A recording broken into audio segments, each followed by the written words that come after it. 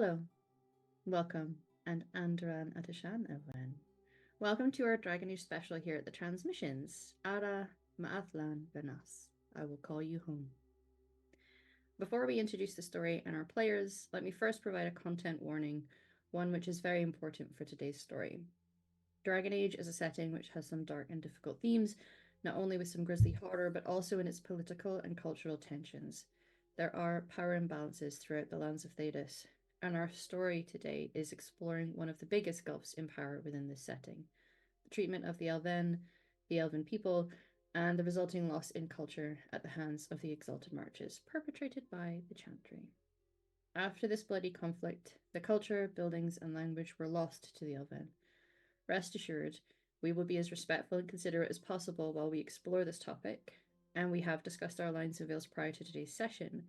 We can check in with each other, but we want you to also be mindful of your own comfort levels. As important as this story is to voice, your happiness and comfort should be paramount, and as such, we would never judge you if you need to step away. Now, my delightful players, can you please introduce who you are and who you will be playing?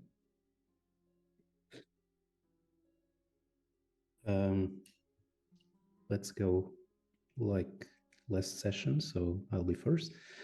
My name is Andre. I will be playing Jovik, a dwarf guardian who will try to get this Dalish people to their objective, I guess. Indeed. Hello, everyone. I am Torin, or Torin Talks Creativity. My pronouns are she, they. I am playing Farron Lynn. Pronouns they, them are necromancer mage who is probably just incredibly misguided. Who knows? Maybe they know what they're doing. I'm sure it'll be fine. They're happy? Hi everyone, I'm Kay Phoenix, or Kay on the internet. I go by they, them pronouns. Today I will be playing our city elf bard Harlan, who goes by he, him, and oh boy, it's been a time. Something to put into song for sure. Boo howdy has it.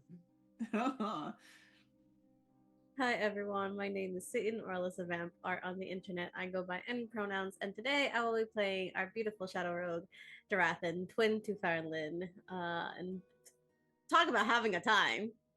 Talk about having a time. Yeah.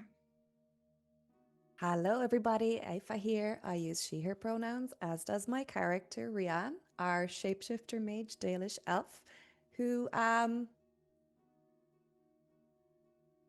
she's not having a bad time at all. She's on a mission. Yeah. You'll never catch her slipping. And I am the storyteller today. I am Hamalu, or Emma, and I use they, them pronouns.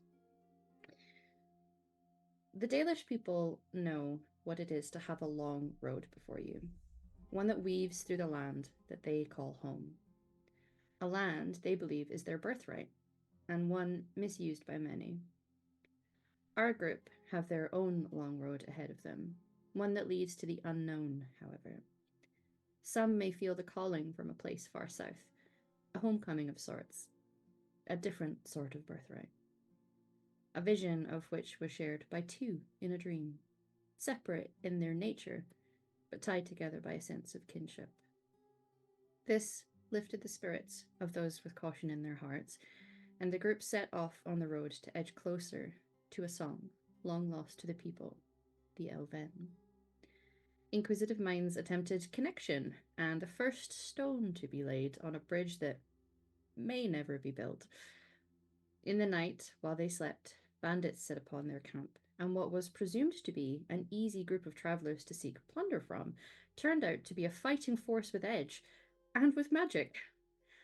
Though there were difficult moments, the group triumphed and protected themselves from the would-be thieves.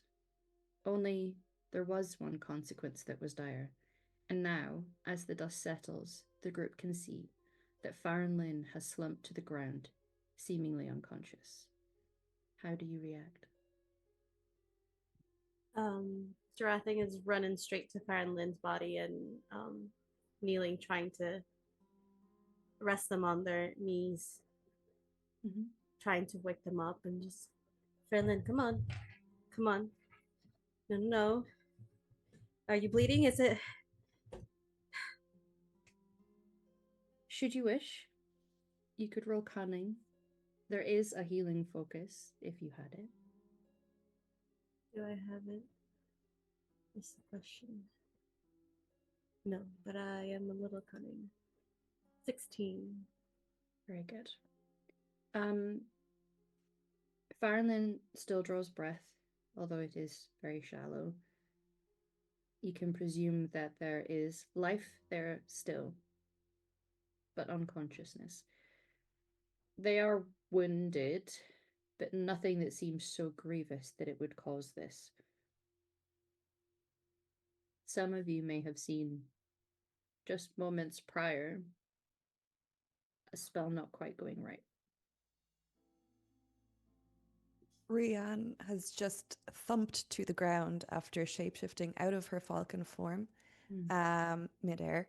So as she's catching her breath, she's scrambling to her feet, running to Farron Lynn with an uncharacteristic urgency, because she saw that spell. She heard that voice, and this is not right. This is worrying. And she looks at Darathan and shakes her head like, this is Fade. And we have to bring them back then. You're a mage. How do... The Fade is not exactly a path I walk that often. I work in the paws and the claws of animals instead, but I suppose if I were to dream, I may be able to find them.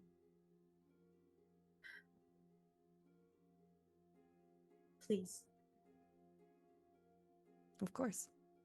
Anything for Ken.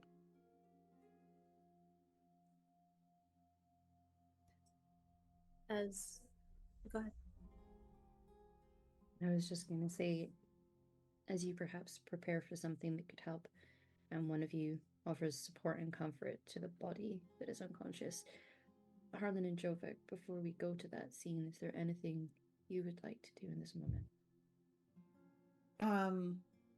Harlan, I think, gets himself up onto his knees, which is difficult considering he's got an arrow in both shoulders and he's in a lot of pain.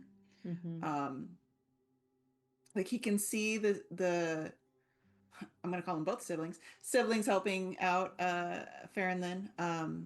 So he's not duly worried about it right now, but he is looking to see if Jovic is all right. Jovic gets up, spits some blood to the side, fetches his shield from the floor, looks at Farlin. Ah, shite. You okay? Is it that bad? Well, he's like looking down at the arrows, like, could you snap these off and maybe? Yeah, snapping is probably not the best idea. We should see if any of them know how to heal anything. Well, I got a dagger. We could always just dig them out, and I could shove a healing potion down my throat. Yeah, okay. I can help with it, but I'm terrible at this. But you don't have to be really that good at it. You just have to plunge the dagger and rip it out. All right. So I guess hands Jovic the dagger and grabs one of his leather straps and puts it between his teeth. And I will do as you tell me. I have no healing knowledge at all. I'm very bad at that part. Well, we can see how the dice feel. You would be rolling cunning. Okay. 16 is still pretty good. Yeah, you are definitely able to help out your friend at this moment. The two of you can tell that the three elves are definitely having a moment over there. As soon as this is dealt with and I see that Arlene is okay, I'll give them space, obviously, because I understand nothing of what's going on. Neither I heard the words fade, and I heard this is fade and dreaming and stuff. So yeah, this is nothing I can help with. But I'm frustrated, obviously, that this happened. Harlan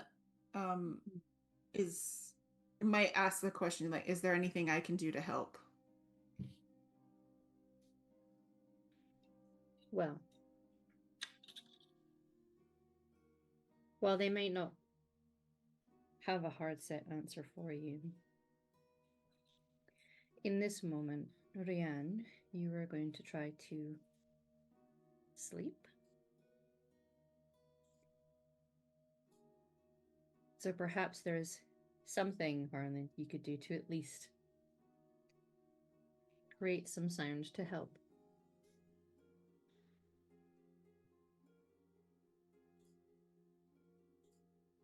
Back to my Dalish elves. Yes? Before Harlan takes out his instrument, Rian will abruptly realize that he's wounded. And she'll reach out, and she does have the healing spell. So she can lay hands on her elven kin. Indeed. If you could click to cast the spell, just to see that it works.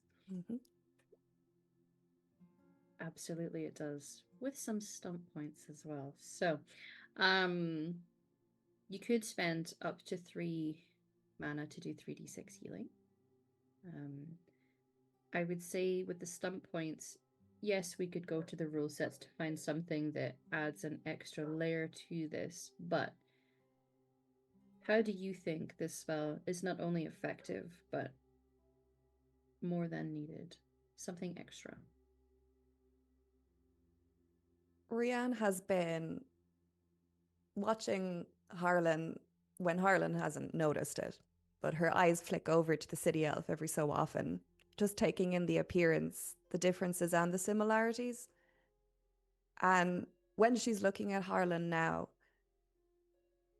it's with a sort of renewed sense or a discovered sense of familiarity. And her eyes are quite intense with it. So she's coming to terms with, even though this is a city elf, we all come from the same kin.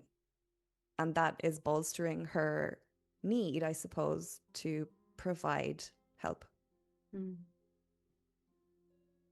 In that moment, this magic is often fairly good at healing surface wounds. It can, provided you pour enough magic into it, can help with the mending of bones.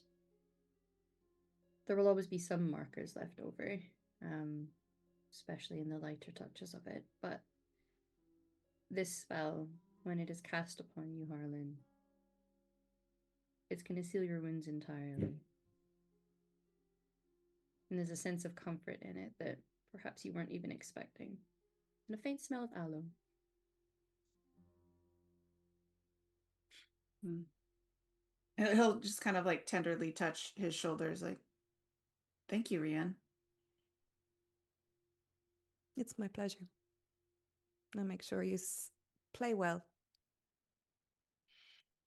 That gives me an idea. Do you think I should play or at least sing that song she was humming earlier while you try and did you say it was Dream? Yes, I will be attempting to dream. And perhaps your song will be soothing to me. I will do my best.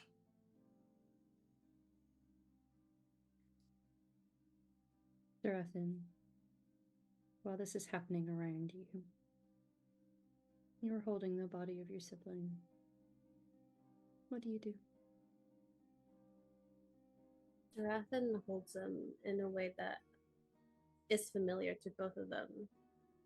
The way he has often when Franlin is scared or upset or frustrated when they are not understood. And just holds them close to their chest starts rocking them like he did when they were children, to calm them down.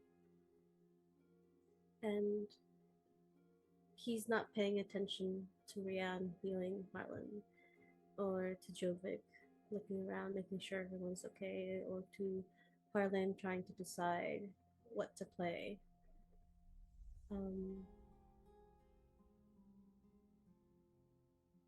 But he does what he knows soothes their sibling, brings them back from that age of frustration, of fear, and starts singing a lullaby that their mother used to sing to them all the time when the thunder was too loud,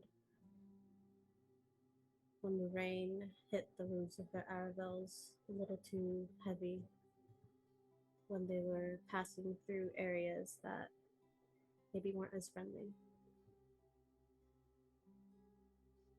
And he holds them.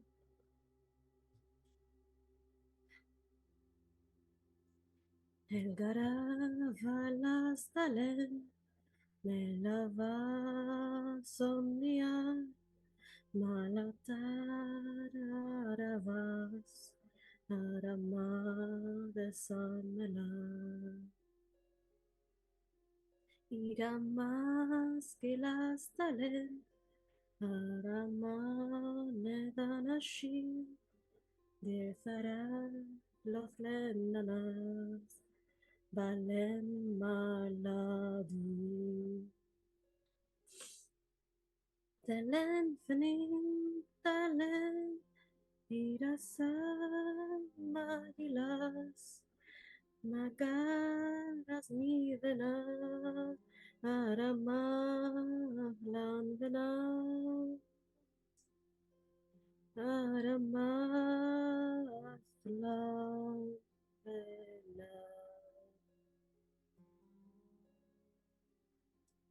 And he presses his forehead to his siblings and says, "Follow my voice home, Nathalie."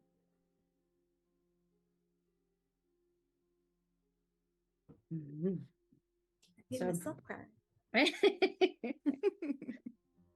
Speaking of Brandon, Yeah. you are someplace cold. There's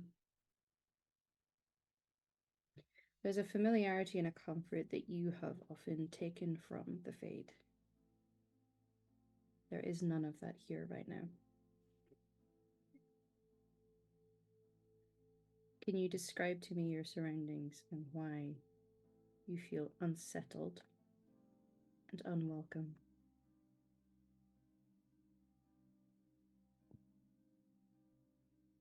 I think with Farron Lynn, usually when they drop into the Fade, there's always not a ping necessarily, but a knowledge that curiosity is close by. That someone is always there to greet them, that they know. And even though it's in different places in the Fade, it's always something like kind of like a treasure hunt almost that you have with kiddos. I don't think that's here right now. And it doesn't usually, like, it kind of not bends to her will, but like something about the way that they get there, something at least forms to catch them underneath. That's not harsh and cold. And yeah, and I think it just feels very different. Like no one's here waiting for them with like open arms. You are alone. Perhaps for the first time, you truly feel alone. Yeah. You've always had clan. You've always had sibling. And even in your dreams, or the moments of quiet respite within the Fade, you had curiosity.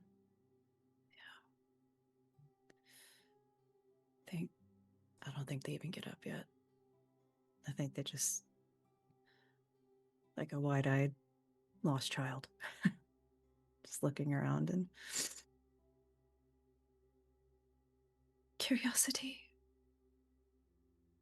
and just ask a few times, my companion, just quiet little questions.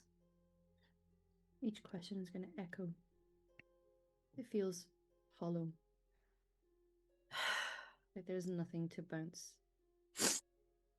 the sound off of aside from the dark that's closed in around you.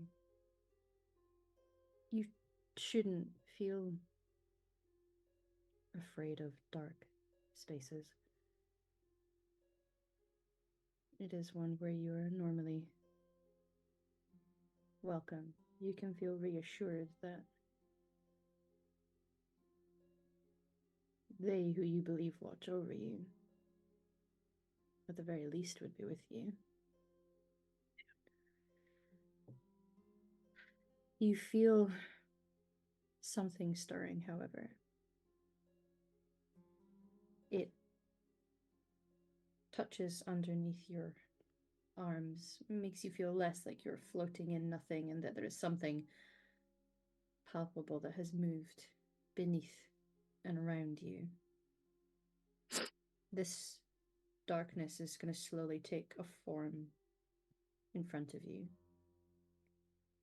When you look upon it, what would fill you with the most sorrow?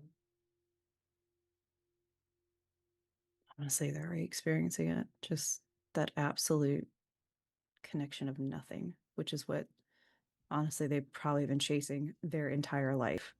They have connection with their brother, which is so easy. So it's possible to connect with someone, but have struggled so far in the decades they've been alive to feel that with anyone else. And the only other person they've ever had that with is curiosity. And I think if that oppressive loneliness is here, that's probably the worst thing for them. And that dread that it will never happen. So dread, probably, actually, it's probably what it is. You can feel it reaching in like little snaking tendrils, taking a hold, grasping what it can, trying to get to the core of you. In that dark, as that feeling of utter loneliness, of feeling that perhaps this is going to be your ultimate fate, that this is what you're destined for, what you deserve. Words are going to sound out around you. Can you now tell us the words that you hear as you understand them? Not off the top of my head. If you could help me. I absolutely can. Sorry, Thank you. Downloading It's from fine. the Fade. I know, man, that Fade brain. And I will say, well, that's being filtered into me from some elven god somewhere. Mm-hmm. I think for one of the first times for them, they're trying to run from something in the Fade. Because before it was more of like I said, like a fun game, you know, knowing that there's a entity somewhere. Yeah. And yeah, I think this is one of the first times they're trying to run.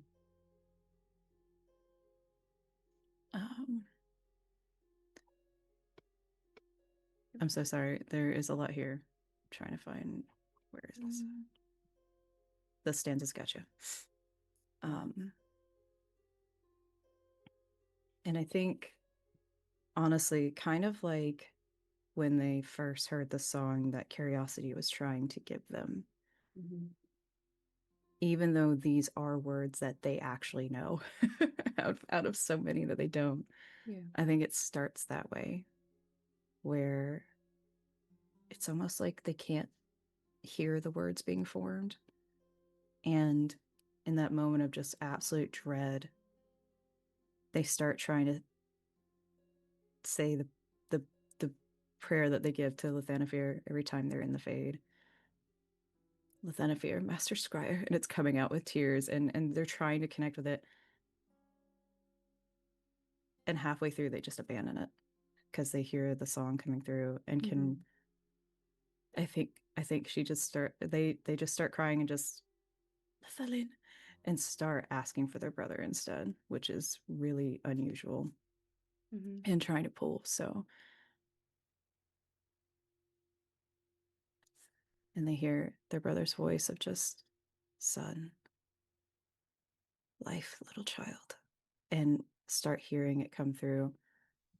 Sunsets, little one, time to dream. Your mind journeys, but I will hold you here. Where will you go, little one? Lost to me in sleep. Seek truth in a forgotten land, deep within your heart. Never fear, little one. Wherever you shall go, follow my voice. I will call you home. I will call you home.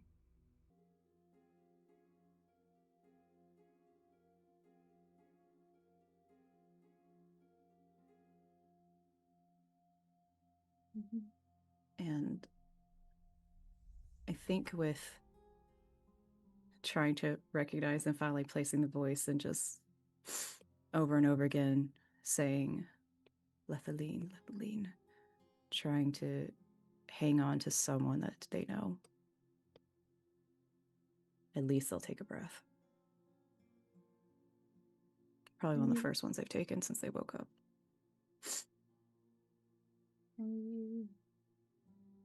Roll me a self-discipline roll in willpower. Yes, I can.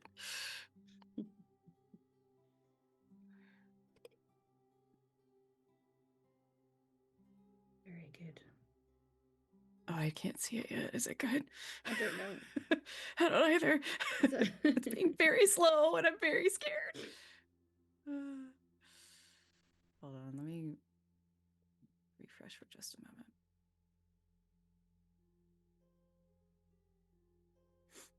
Apparently the Fave will not let me. Doesn't want me to roll. Wants me to stay forever.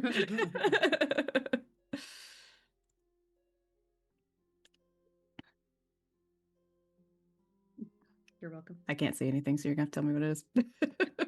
It's a 19 with 5 stomp points. Hey, I did the thing. Yeah. All right, sorry. Serious. Yeah. And I think just with the hearing the song that they know so well, coming bits and pieces from their brother, they're starting to ground themselves like they always do when he sings.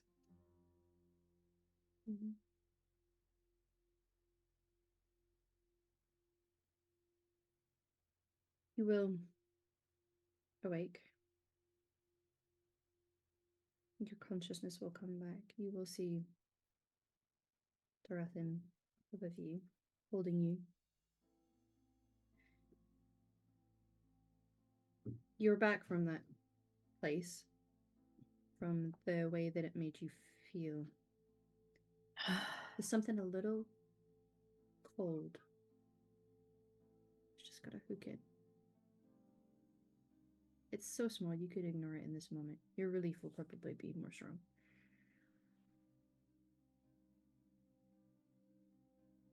I guess I wake up. The horror that they cast before the Valisling goes back to normal and starts shrinking in. And they just like when you wake up from a nightmare and just try to take in as much air as possible and just shaking a little bit with tears coming in from their eyes. I'm right here, Lethalin. Right here. You just hold them tight. I got you. It's okay. And I think they snake their fingers into your jacket and your coats and everything and just very desperately hold on, Mhm. even, I mean, seeing to your armor almost, Mhm. of just like almost trying to like get in it. Yeah. There's a real desperate childlike Yeah. thing to them. And I think you're just hearing babbling almost, well, what would be babbling to everyone else probably. I don't know how their brother would take this, but just repeating of just, I can't see anything. It's cold and tendrils and just black, and so they're it's just coming all out, all of it. There's no logic to it at all. As it's happening, Jonathan takes their scarf, puts it around, and then holds them tight. And it's just listening, but going, I know it's okay. You're not there anymore. And then looks over to the rest. Please start a fire. And goes back to Farlin and just rocks him. It's okay. It's okay. You're back. You're no longer there. You don't have to go there anymore. And just kind of like soothing words. I think they even start singing the song back at you, Mm-hmm. and just broken tears, like in probably not even the right order. Probably just their favorite parts. With them, just humming with them.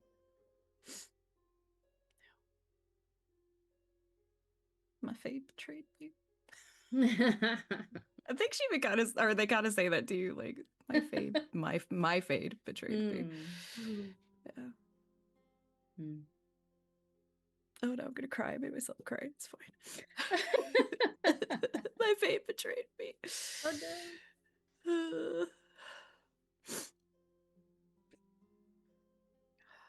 So, this has happened before you all. One point of note, I suppose, mostly for Harlan. I don't know that you'll have heard that lullaby before. No. You do collect songs, of course, and there may have been someone in an alienage somewhere that sings it, that was raised with it, but for you, that was new.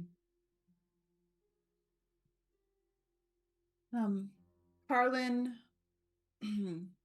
having heard the first verse and chorus of Darathan singing, would start to hum along with it and continue humming softly to himself. So he doesn't like lose the melody. Like the words, he'll have to hear the words more than once to pick up all the words. Sure. But at least remembering the melody so that he could record that at some point. Mm-hmm. Yeah. Whatever it was, certainly for Jovic and Harlan,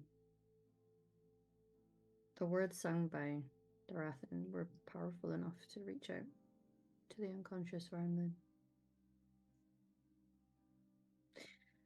I will leave the scene to you all as a fire is started. Some comfort, hopefully. Decompression, maybe. Maybe even some tea. I was about to say, I think the Draken starts, once they've settled their sibling around the fire, they start making tea to warm them up. But mixed tea for everyone. I was actually stop you and tell you, stay by their side. I'll take care of that if you don't mind. Thank you. You're not. Once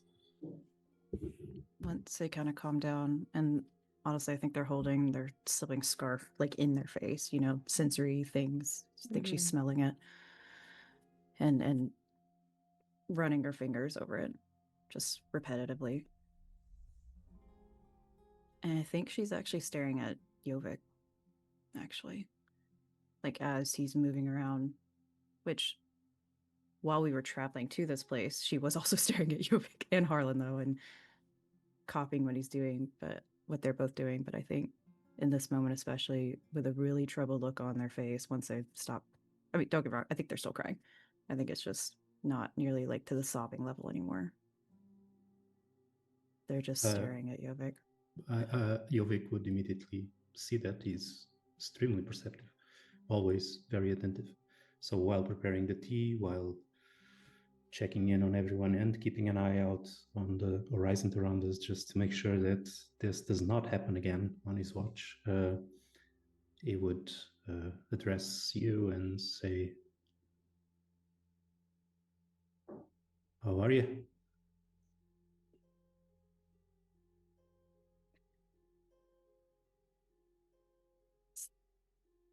Is that what it's like for you? And you can tell they don't know how to, like, there's something that they can't say to you. Like, it just a haunting, if you will. A look on their face. I don't think I rightly know what you mean.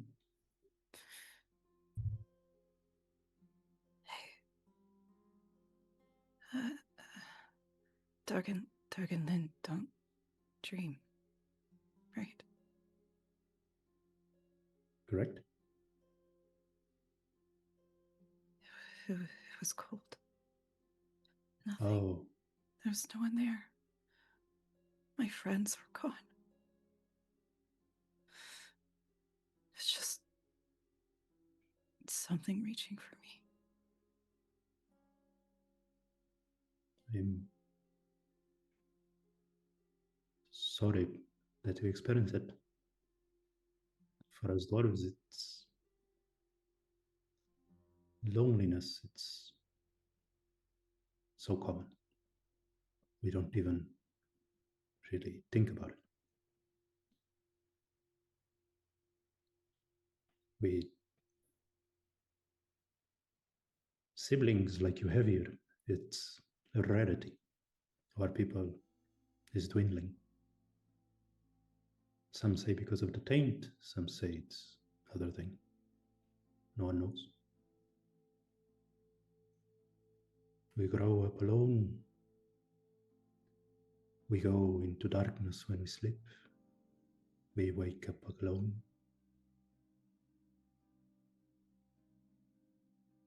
I'm sorry you had to go through it.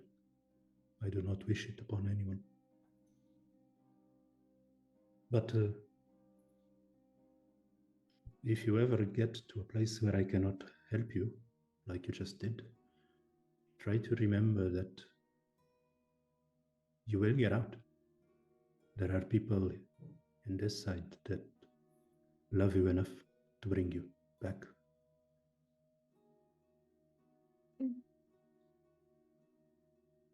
I think as you've been talking, they've tried a couple of times, like, you know, when someone's about to speak and their mouth opens, and honestly, I don't think anything comes out, and they're shaking hands, just very gingerly reach out towards you. They're just... I hand you a cup of tea.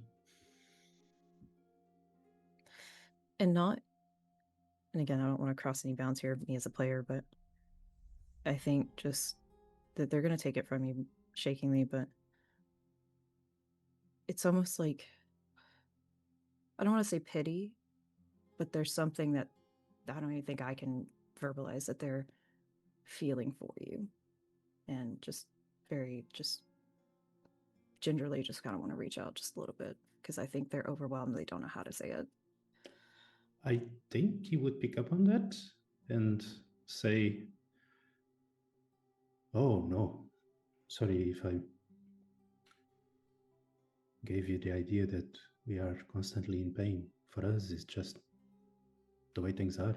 You get accustomed to everything. For you, I understand, it's a plunge into darkness. For me, I've been living this for 70 something years. It's just all I know. Don't feel bad for me. But I see the love that you have around you. I see your clan, your family, your tribe, I don't know. It must be horrible to finally be so away from all of it.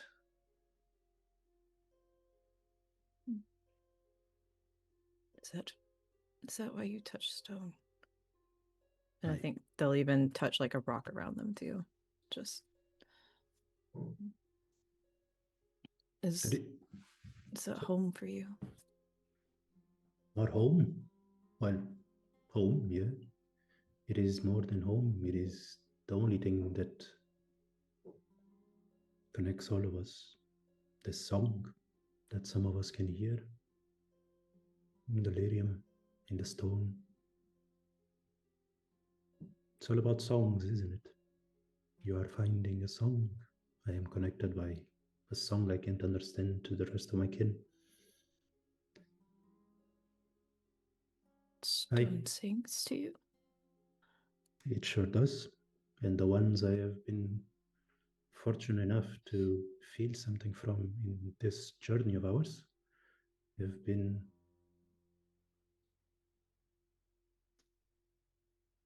very, very sad.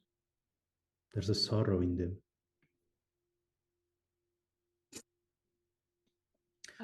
I actually Things to sing.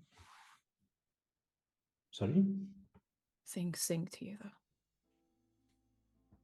Well, I hear bits and pieces. And I actually am losing it, which is terrifying. The more time you spend up here, the less you are in tune with the stone. I cursed my daughter to never be able to feel it, actually. But it comes with life. You make choices. You go your own way.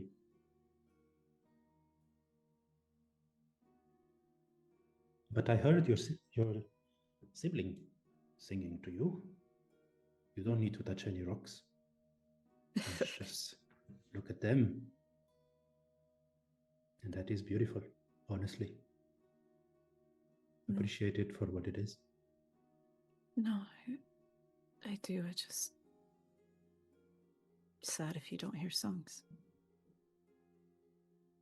Does your friend know his songs? I hear them when he sings. People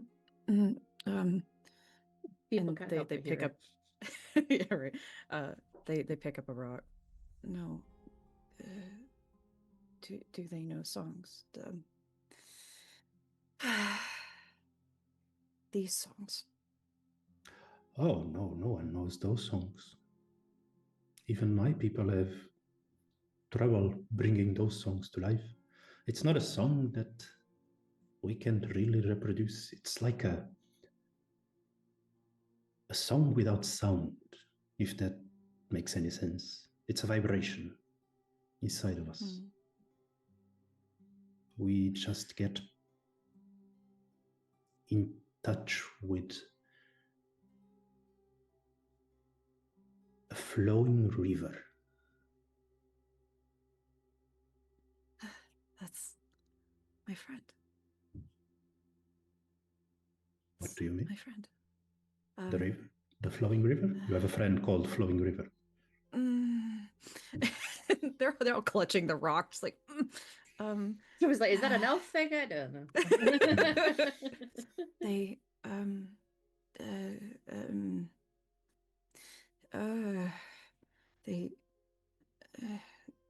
Their nature flows through me.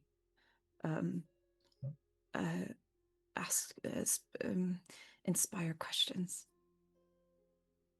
I want to know and learn and connect with others. But they have no body, that body, not no body. Oh, they have no physical body. Not that they are alone, they have no physical body. All right. Yes. They spark wonder. Is this like one of those spirit things I heard about? Mm-hmm. I see. It's my friend. I see. You're friends with one. They're everywhere. Yeah. Oh. They don't because they have no body, they can be anywhere. Can they be here right now? As we speak? Can you see them? No. They flow. All right. Can they flow through me? I would hope so. Since I'm cut from the Fade, maybe I'm not really conductive to them. Up until the moment you said that you're not part of the Fade, they were like smiling a little bit. and you could see that they were kind of getting back. And now, the moment you're like cut from the, like I think a full rain of tears just start again. Oh, I'm sorry. Oh, I didn't. okay. I didn't mean nothing by it. I'm sorry. Well, I'll go make tea for everyone else, maybe. No. And they're actually going to grab your arm, like actually grab it a little bit. Storyteller. Yes. I would like to summon or try to summon every bit of my magic to just spark some curiosity. Just a little bit, if possible. They're trying so hard. They're trying so hard. If you come back from the fade, I'm not singing again. Why not? You literally just came back. Just tattoo I'll it on sing. at this point. I'm not trying to necessarily cast. I just, know. Yeah, it's not a spell that you're casting. I agree. Yeah. There's no danger here. I do have resistance to any sort of magic, though. I know. I know that. I'm so sorry. I'm clicking it again. It doesn't care. Would you mind rolling for me, please? Oh my gosh. Roll 20. I'm Stop being a sorry. butt. 13. When we get a second, 6 spell I'll- points though. What I'll Not say. bad. The 13 is reflected by you feel like okay, I'm going to paint an image that everyone will be able to connect to here. When you try to have just the feeling of curiosity through your fingertips leading you forward, you can feel it moving, and you have your hand on Jovik, and when it reaches Jovik, it's like that, you know, that sad raccoon that's really excited because it has candy floss, and then it puts it into the puddle, and it just disappears. Oh no! You touch it, and it's like it just stops. It's not even like it's destroyed in any way. It just stops at him. The 6 stunt points is that you can feel that curiosity is curious of Jovik. It's around him. It wasn't able to go through him. There is something, and you're not sure what it is, and I know us lore buffs understand what it is, that like the fade and magic and that type of emotion just doesn't happen. I think Jovik, what you're seeing is like a very happy, like the eyebrows are up and like a little bit of invigoration as it's happening. And the moment that happens, just yeah. So this is a scene that I'm going to invite everybody else to either reflect on or converse with each other about. You've seen Farlin go from happy to crying to happy to crying. Is about to start bawling. So you see Farlin, hands on Jovik, crying. You can tell me what Jovik looks like. But interestingly, there's these tiny little motes of blue light around you, Jovik. You can't necessarily feel them, but there are little motes of light. And a crying Farlin holding on to Jovik. The other 3, I'm curious. Okay, really? Let's go to the Are you curious? Yeah, I am curious. Yes. Are you curious? What everyone else is? Feel free to just tell me what look is on Jovik's face while this is happening before we cut to the others. Very calm and receptive to everything that is happening. He does not want to make things worse. Obviously, this is an emotional thing for Farlin. He sees the blue dot, so he's just here for Farlin. He understands that. You can see that something has happened. You're not sure what you're meant to be feeling. I didn't feel anything. Is it working? I just felt their hands on my arm, and I'm just okay. Are you okay? That's all. I'm worried at best. So we have a perplexed Jovik. We have swirling little motes of blue light. We have a weeping Farlin. For the rest of you, reflections, thoughts, comments, concerns. Harlan, I think his eyebrows went up, his eyes went wide, and if Jovik looks towards him, he'll just mouth, "What did you do?"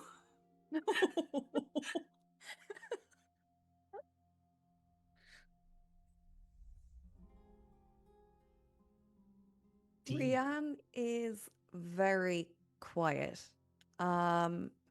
She had watched Darathan sing the lullaby, and she had watched as that called back Farron Lynn. She had watched as the others set up fire and camp at tea, and she had watched this exchange between Jovik and Farron Lynn, listening to Jovik describing the darkness in sleep and the loneliness in sleep. And she stands apart from the group. She stands on the perimeter of the camp in the guise of a protector, but because she wants to be apart. This is not something she's particularly comfortable with, this crying together, this laughing together, this fraternization. And she also feels lonely, but she can't describe it even to herself. So she just stands and looks away to face south towards what calls her. As the scenes play out, multiple laughing and crying and laughing and crying from Fanlin and Jovik, Jonathan has stayed nearby, watching as he holds his tea. There's a relief because this is what their sibling does, this is who they are, so they're back to being themselves. And I think they survey the camp, and Harlan, with a worried look towards Jovik and the blue dots around Jovik, and his eyes land on Rian. And I think he takes a moment and pours another cup of tea, and just silently comes and stand next to Rian, holding out a cup of tea.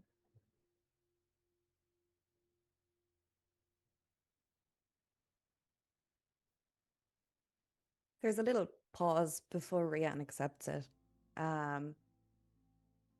She had considered just being a little bit of a bitch and shapeshifting into a bird and flying away. But she'll incline her head towards her sibling, Masiranis, and she will take the tea. To be honest, I was half expecting to turn to a bird and fly away.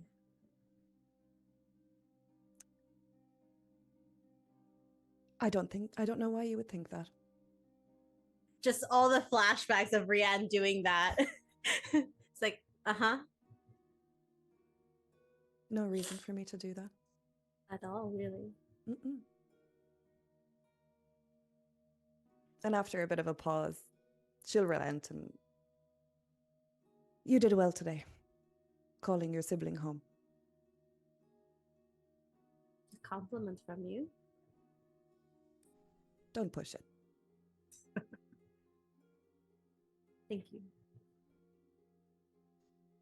It is not an easy thing to do. I'm just glad it worked.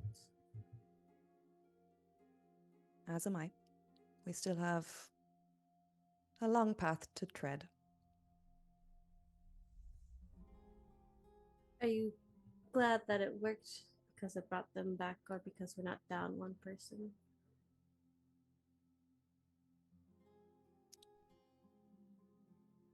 No change in expression whatsoever. I have no idea why you would ask that. Obviously, I'm very happy to see our sibling return to us.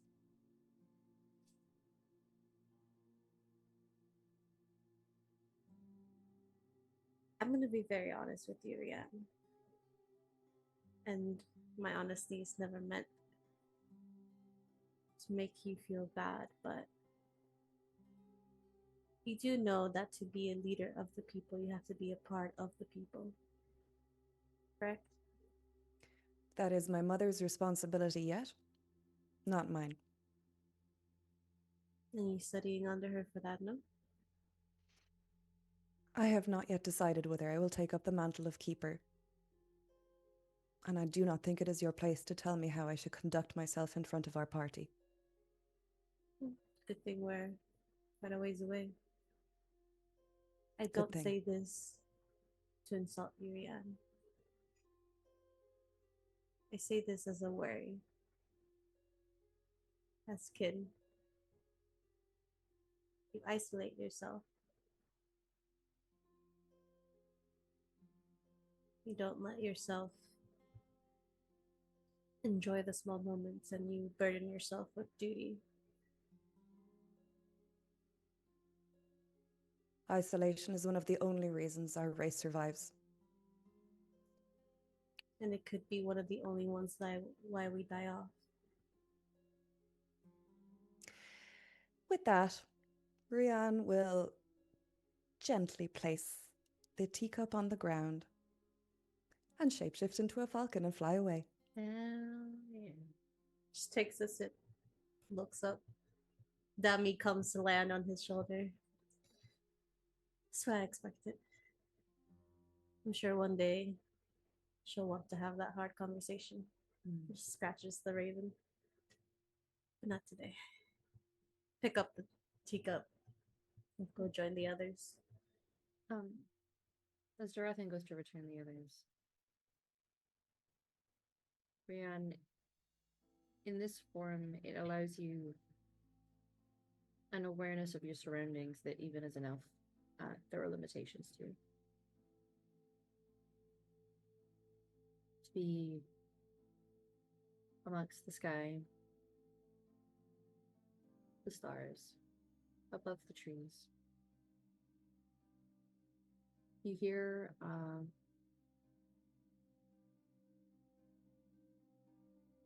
calling almost. A beautiful note where beauty and sadness intertwine. You can hear that song.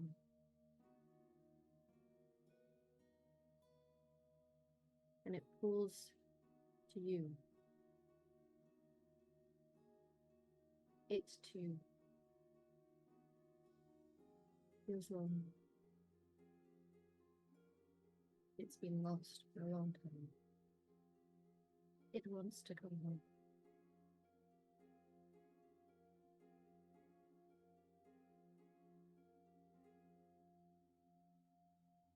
You're able to return to the people if and when you so choose. You will be able to finish up your rest. Everybody, the tea will help with that. Thankfully, there are no brigands about making the unwise decision of thinking you were easy prey. Your travel will continue the long road south. I would like to know from any or each of you what you feel would be the skill or ability or spell that you would use to help find the way south. Not everybody has to contribute to this, but everyone is welcome to. You know where you're going in terms of a direction on a compass. Beyond that, it's going to require a little more. What would people like to do? Be as creative as you want. We yes and in this house. Are we surrounded by tall trees? There will be parts, yes, because you are going to start traveling through the Emerald Graves specifically, which it is up to you if you feel your character has ventured here. Your clan tends not to come quite this far south. This is a place with a lot of history, certainly things to visit, things that could be gleaned. There are some who will travel this far to find lost secrets or pay their respects. Each of these trees, they were planted in memory of a fallen warrior. And given the size and extent of this forest, There's a great many dead wandered here. So yes, there is much. Dorathan's going to put a hand on the tree and be like, I mean, no disrespect by this, and start climbing it. Very good. He's going to climb to try and see if he can see over the top of the canopy. I do have climbing. Sure. Yes. Go for It's it. not If great, climbing is the skill, well, but- it's up to you. You can do climbing. You can do your searching or perception. It's up to you okay, what because you well, culminate. okay, because 16 is I also want good, it. but Yeah, mhm. but I want it. That helps me climb this tree. I wanted to like either use seeing, searching, or tracking once he's above the canopy, to see if he can find, where at least how far away is where they should be, or if there's any place that just feels. We're all doing just based on feeling, like it feels right. It feels that's where we're heading. See if they can see the final spot. So Okay. have searching, seeing, and tracking. Which do you want to utilize? Is your call. Searching. I think. I am searching. 20 with 4 stun points. They taken the The Hobbit's the Hobbit's Isengard. Sorry. I started laughing way too early. A red Sorry. sky rises. Blood has been spilt this night. It's a difficult task for you in that for your siblings, there is something for them to reach to that is beyond the veil. Mhm. Their connection to magic means that their way of perceiving the things around them is different to yours, and it was they who felt the pull for this location. What I will say with a 20 and that amount of stump points, you are going to see a curious sight ahead of you. Beyond this reaches into what you know to be slightly uncharted territory of the Arbor Wilds. There's a spot where it is not simply the dark green of the forest. There is a grey-brown that seems to suggest that what you're looking at and what you've spotted far off on the horizon with your elven eyes, that appears to be rock. Several, looks like 3 little spikes sticking up out of the tree line. It doesn't quite look like the beautiful and extensive architecture of ancient elven constructs. They have those very clean lines, and arches are very prominent, and the spiring. These are not spires necessarily because they curve slightly, but it's a point of curiosity on the horizon that implies that there has to be something there that isn't just this vast expansive forest. Okay. He'll look, and he probably takes maybe a few more seconds up there than he normally would, just admiring the view. And then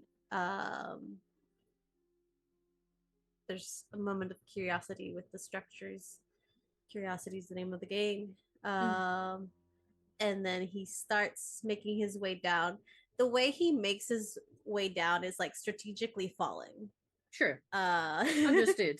Yeah.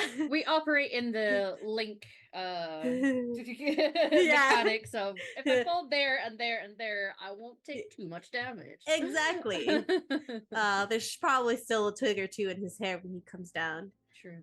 But he comes down. When you do, there's a moment where you were here amongst the Valasdalan. That's the word that I forgot earlier, and I really wanted to remember it. Life trees. That's what these are. Planted in remembrance of those who fell. You also spot something that is ground level, just a little sprinkling of flavor with those stump points that you had. Quite far off, there is a larger, like a proper statue, not a mini sculpture, of an owl with straight outstretched wings.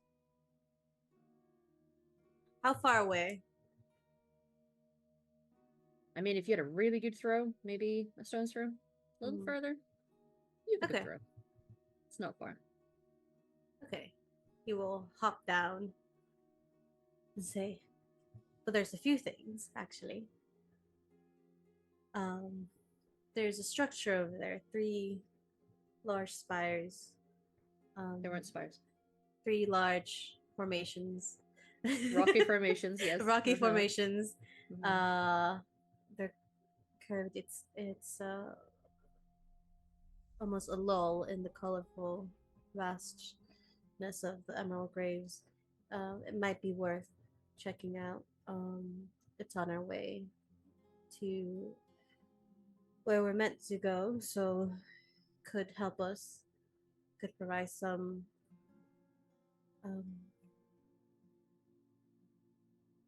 sort of might be a good place to camp should we reach it in time. Also, owl statue that way. I was going to say. I was going to say that I was actually going to try entropic magic given where we are. But also, I think Farron Lynn, poor Yovik, I'm so sorry. I think the fact that you have talked to them and you've tried to understand them and connect with them, they are questioning your ear off. I'm not saying it's in a logical form, but this whole time they've been traveling after that moment, it's just been like, what does the stone say? Like, it's just been question after question, and you are now getting almost the full blast of what their brother gets. Just hailing anyway. The moment they're like, owl statue, stops talking. Like, yeah. So interpret that storyteller as you will. True. Yes, a statue of Valentin. But be that as it may, each of you are getting to contribute. So, is there other things that would be happening, perhaps at the same time as Darathan doing his monkey business? I mean, given where we are, I would actually legitimately want to try entropic magic here. Like, as we're getting closer, given the history of this place. Yeah. I think that's how Farron Lynn would connect here. Yes. Yeah. I'm going to ask a few questions prior to rolling. What direction are you casting this magic? Where is the intention being put into? Definitely south, especially with because death is such an interesting thing, right? Where it's loss, but depending on how you feel, it's celebration, it's relief, it's let go, you know. Yeah. And Farron Lynn definitely exists in that space all the time, which is why they're not afraid of the fade. They love it there and connect with it so hard. So knowing that this song is south, they've been just trying to find where they're called, essentially. Yeah. Okay. Cast your end of the magic. Okay. Fingers crossed, y'all. Hey, it worked. 17. It worked. I signed into another browser. Yeah.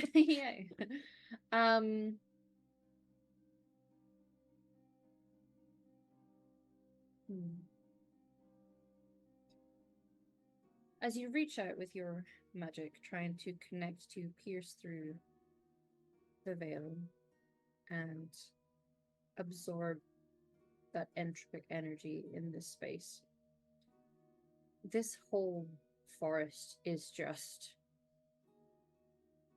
like dripping in it. Is the best way to describe it. These trees, they are all of those things that you were taught to understand about death, the way your people view death, remembrance, the domain of the deity that you ascribe to.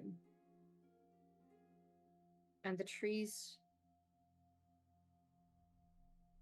There's something in it that you feel this great swell in your chest. And that, yes, these people were shut down. They died in a sacrifice for your people. You can feel the weight of sadness and despair and the loss that comes with.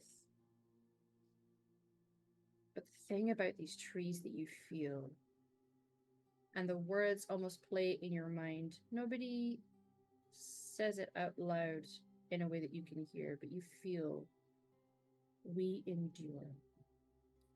These trees are tall, they are mighty. They support all of the life around them.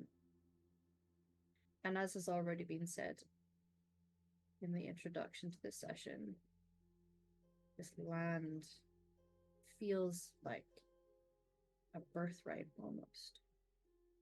Yes, this is a place of loss and remembrance, but it is a sign of that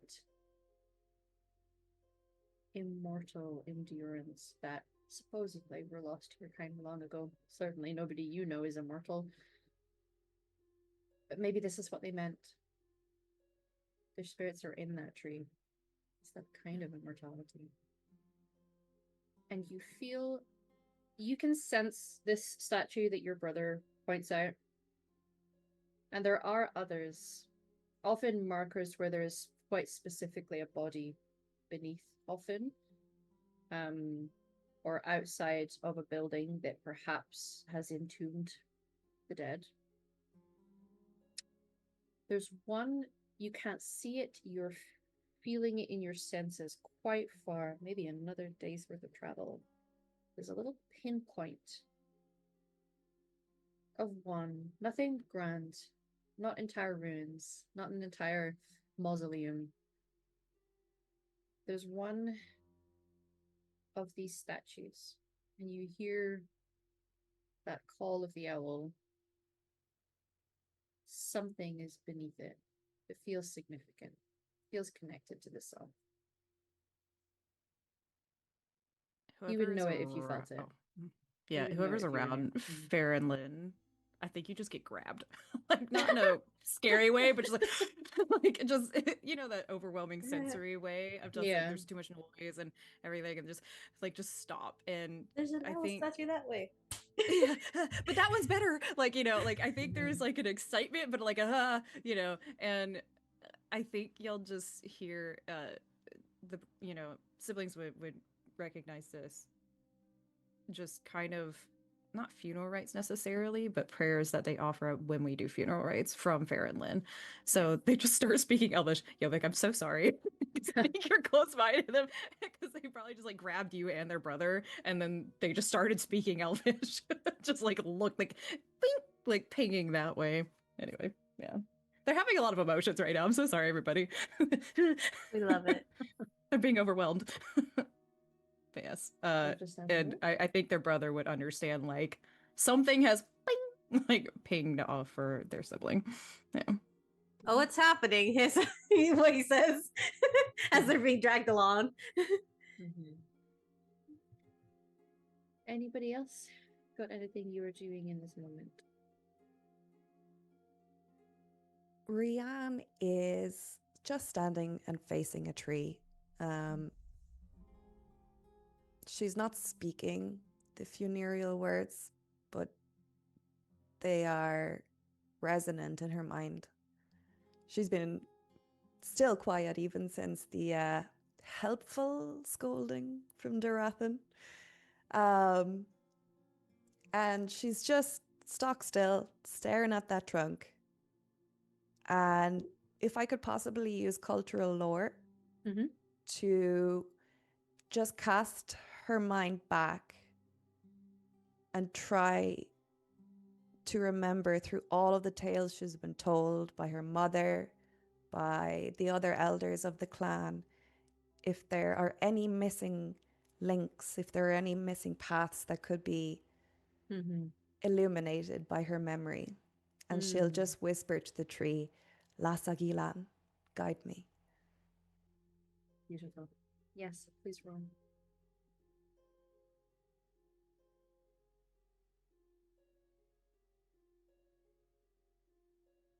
Okay.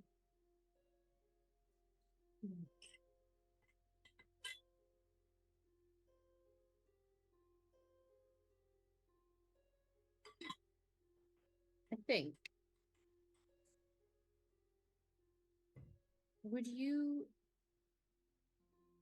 be willing to, if you feel something tugging at the edges of your consciousness, familiarity, something about this tree, and opening yourself up to it? Yes, always.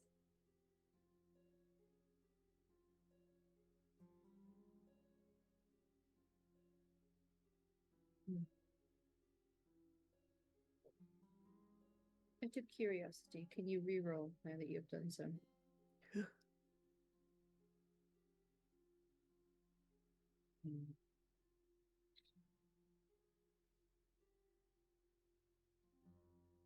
You make your request. You are respectful in how you do so. And though full rights are not spoken verbally, there is the intention behind them.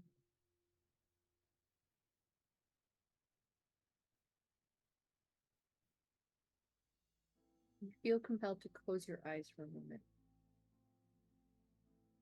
Perhaps even reach out to feel the tree beneath your hands, that rugged bark. And the bark smooths for a moment. And your hand is not on a tree anymore, but a bow. And you feel yourself, although it is not happening to your physical self,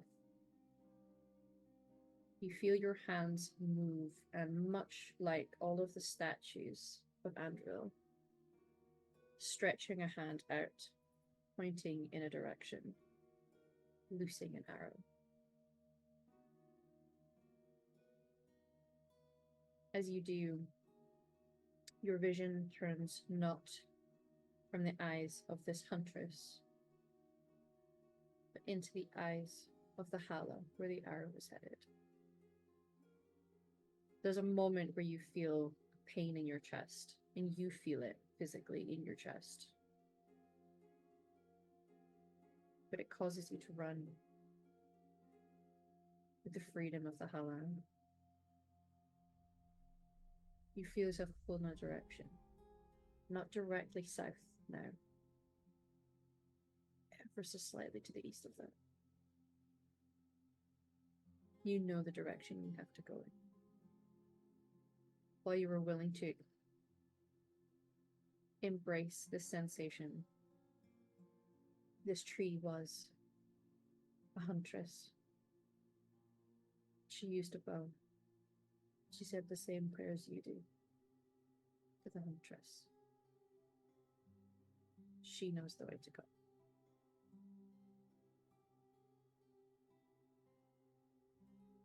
Rian there'll be a sharp intake of breath as that metaphorical arrow finds her heart. And her eyes will fly open, but she'll whisper to the tree, to the huntress who came before her, Maseranis, thank you for your guidance. And the rest of the camp or the rest of the party will just kind of fade back into her consciousness. And she'll notice Farron Lynn is quite excited about something again. What I will say is, if you go to take your hand from the tree, it looks like almost like a new tattoo. Ink of a vine wrapped from one finger and down around your wrist. She'll look at that for a little while, and there'll be a tiny little smile playing across her features, almost of gratitude and of reverence. But her eyes will lift to the others again. and she'll just say, I know the way we must go. Beautiful.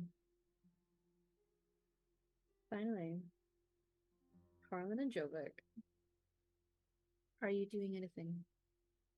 The answer can be no. The answer can be trusting in your Dalish counterparts. But you have the opportunity. Harlan, I think this whole time that they've been traveling has just been, singing his songs and playing his lute. Knowing that they are going after a song, I think he's been really playing with trying to figure out the melody that Farron Lynn had originally been humming and trying to trace after it. It's not something that he could hear with his ears, like it's not playing like audibly for them. Could he use any of his musical lore to try and, I don't know, empathetically, like internally try and, I don't know, irk some of it out? Yes. Me roll musical lore. Yeah. Harlan rolled a 10 with 2 stunt points. Can I use an yeah. advantage, or is it too we have late? advantages. Yes, you can. I want to try that one more time. A 14. That's better.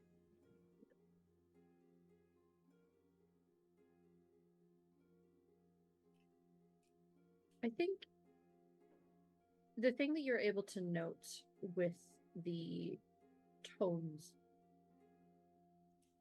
you understand that there are different types of songs with different purposes. The one that you heard Dorathan singing earlier was definitely a lullaby. It followed the tones that you know can ease emotions. Has quieter lilts to it. It's not something to create excitement, for example. There's something about the humming that feels filled with more purpose than a lullaby. It's the kind that perhaps a heroic ballad or songs that were meant to inspire, or when you turn the tone slightly sad, could be a lament. There's an intent and an emotion to the just from the sounds. You understand the emotions that would wrap into that sort of sound. It's not a lullaby. It's not a love song. They tend to have a certain kind of way about them as well. And it's odd because you're not a mage. But even still, something in the sound feels like home is the best way to describe it. You feel a kind of comfort that doesn't come from somebody singing something that makes you feel nice things, but instead a shared sentiment between people. When you're able to sing something and everyone around you can either sing the same thing or feel the same thing, and it brings that collective togetherness. And that's the sensation you're getting right now. You occasionally have felt that with some songs. You can't help but feel a little bit like all city elves do when a song you know to be Elven, or when it has the Elven language, there's that disconnect of this is the language of my people. So why do I not feel like the people? And you're getting that same sensation right now. Okay. Jovic, my dear. I don't have much to offer in this situation. I will probably be useful down the line to keep pace. I am going to prompt something from you instead. Okay. As you've been walking on this path, can you roll me an empathy roll, please?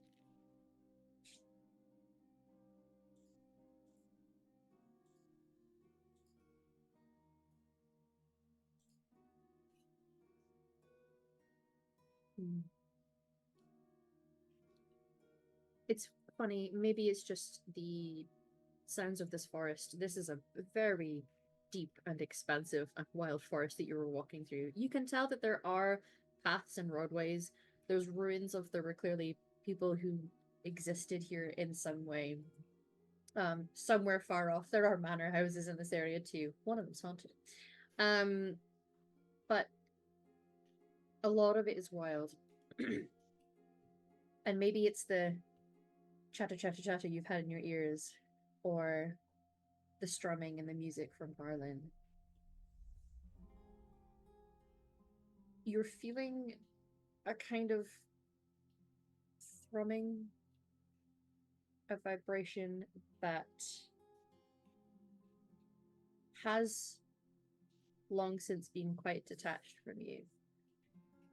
Feels like the stone song again.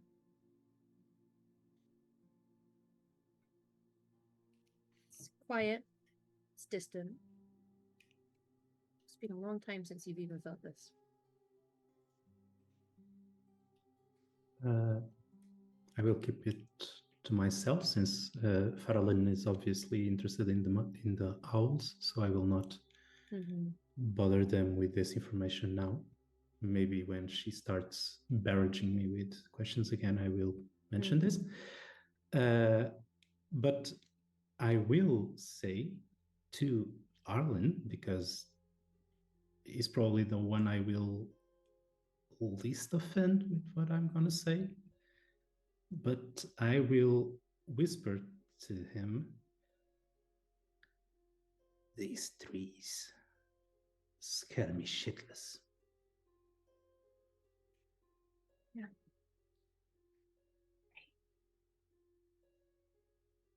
Have you seen how tall they are? How big they are? I have to look up for miles before I see their top. I think it's infinity up there. You saw the other elf? You went up one of those.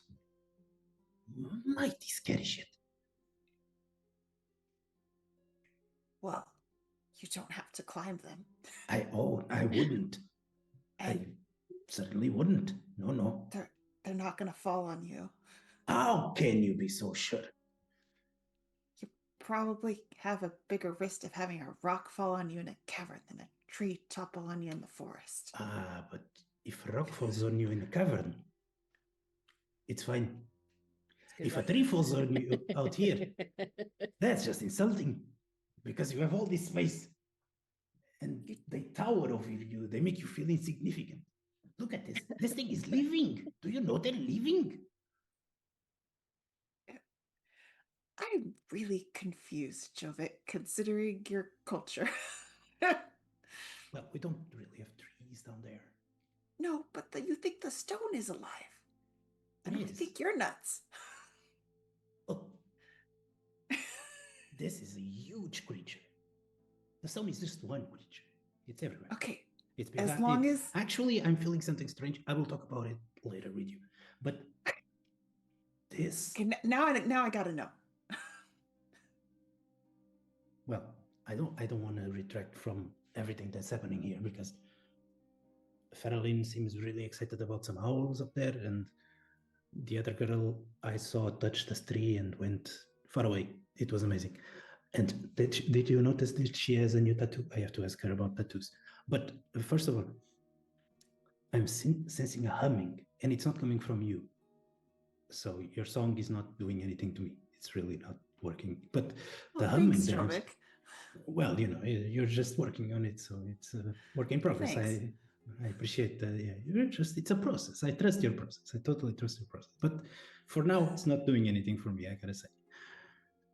But there's a humming. One about Dwarven Ale I could sing for you. I'm sure that'll get you going. If you could, that would be great. But I can feel like, so when I was a tiny little kid, I still had a bit of the stone things, stone sense that we call it. So I ran into some caves, very deep caves with one friend of mine, and she died actually, crushed by a rock right there and then, and it was very nice. But we went down that and we got lost for a couple of hours, maybe days, and we felt something very strong, like have you ever seen the ground when there's a pack of horses running? No, but I can imagine it. Everything's shaking, and there's tiny bits of it that dance everywhere. I feel like that inside of me right now. And that is something that I only felt very, very young, when I was very, very deep in the rocks. A bit of stone sense. I'm feeling it again. Are we close to something important? Is it possible that the kids are actually leading us somewhere important and it's just around the curve? Could be. That's what awesome. we're looking for, right? Something important. Yeah, but I was getting used to them. I don't want this to end. But okay, the trees still scare me shitless. Keep singing. Thank you. All right. Well, I could blindfold you and then, No, put your hand no. I gotta see them. No. I gotta keep my eye on them. I don't trust any of these fucks. Would you like some elf fruit? We could just partake while we walk. Okay. Might take the edge off. Let's do Elf that. fruit. Hey, Jarathan, could you hook us up, brother? Everyone So- okay? Mhm. Continue. We just maybe need something for the edge. Mhm. I got you. So with that, some elf fruit is enjoyed. Some owls get some excited dance around it. And there's a pull, a direction. A few of you can feel it in very different ways. We're going to end our session 3 here. And when we see you again, it will be the finale of this delightful story. We're going to go around the table and just let you know who we are, who we've been playing, where you can find us on the internet. We'll go in the same order that we did our intros. I'm Andre, playing Jovik. Both of us go by he, him. And I'll be here again next session, hopefully. I'm Torin. I go by she, they. I've been playing Farron Lynn, goes by they, them. As far as where to find me, the easiest place to find me is on Twitch at Torin Talks Creativity. And lots of things going on. And honestly, super excited to see where this goes. A little nervous, but it'll be fine. It's gonna be good. It's gonna be good. It's be. Hi, everyone. I'm Kay Phoenix, or Kay on the internet. I go by they, them pronouns. I had the honor today of playing our city elf bard, Harlan, who goes by he, him. And I am super excited to see where this goes. Oh, this sounds exciting. I want it so badly. All right, see you next time. Hi everyone, I'm Satan or Alyssa Vamp on the internet. You can find me mostly on Blue Sky reposting stuff and in this channel. And I've been a very emotional twin sibling today. Thank you.